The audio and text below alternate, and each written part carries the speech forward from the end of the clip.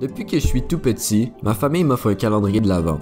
J'ai connu ce qu'on achète dans les pharmacies, je me souviens des petites fenêtres avec lesquelles on devait batailler pour les ouvrir et finalement découvrir un minuscule carré de chocolat. À partir de mon adolescence, la tradition a changé et ma tante nous a confectionné des calendriers faits maison. Les adultes pouvaient y mettre des surprises, de l'argent et les bonbons qu'on préférait. Les calendriers de l'Avent dans ma famille ont une histoire. C'est une tradition familiale mais qui s'inscrit dans une tradition qui est beaucoup plus large, qui elle aussi est en perpétuelle évolution. J'ai donc envie aujourd'hui qu'on fasse revivre l'histoire du calendrier de l'Avent pour voir l'évolution d'une tradition qui a à peu près 1500 ans. C'est au 5e siècle après Jésus-Christ que la toute première forme de calendrier de l'Avent apparaît et nous sommes bien loin des friandises cachées derrière des rabats de carton. J'ai découvert qu'un évêque avait ordonné de jeûner 3 fois par semaine de la mi-novembre jusqu'à la fête de Noël qui correspondait à l'époque à la journée de la résurrection du Christ.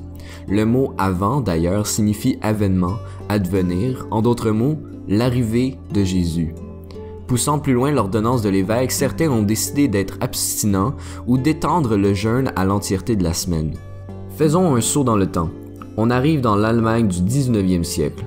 En s'inspirant d'une tradition plus ancienne, un pasteur crée la couronne de l'Avent dans laquelle sont installés des cierges que l'on allume chaque soir jusqu'à la fête de Noël.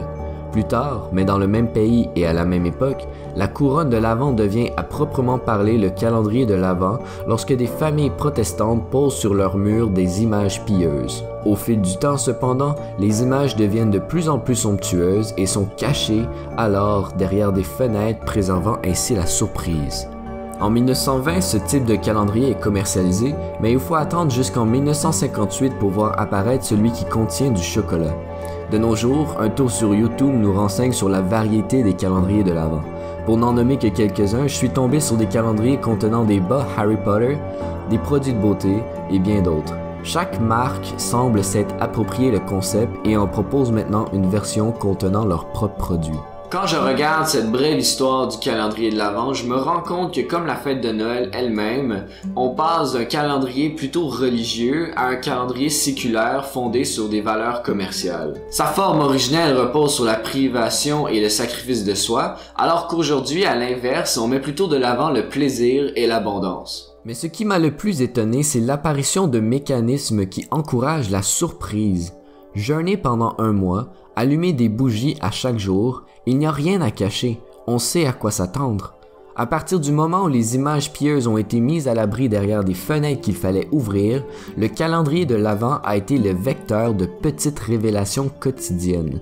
C'est comme si le calendrier de l'Avent nous faisait languir avec de petites surprises avant le dévoilement du grand secret par excellence, et j'entends par là le cadeau du Père Noël.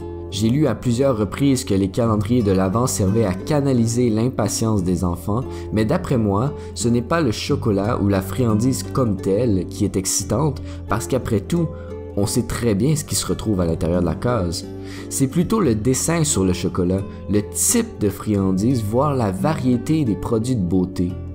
Ça expliquerait pourquoi j'ai l'impression que les youtubeurs et les youtubeuses transgressent une règle non dite lorsqu'elles ouvrent toutes les cases d'un calendrier d'un seul coup, et elles condensent en quelques minutes un étonnement qui est censé s'échelonner sur presque 1 mois. Je me prends maintenant à imaginer différents types de calendriers de l'Avent qui mettraient de l'Avent la surprise et le risque. On pourrait par exemple échanger avec des amis des défis qu'on serait obligé de faire 1 fois par jour. On pourrait aussi diviser un grand livre en 24 petites parties. On pourrait échanger avec des personnes qui nous sont chères, des compliments, des mots doux, des pensées, les uns plus inventifs que les autres. Les calendriers de l'Avent ont une longue histoire et elle s'est transformée à maintes reprises pour épouser l'ère du temps.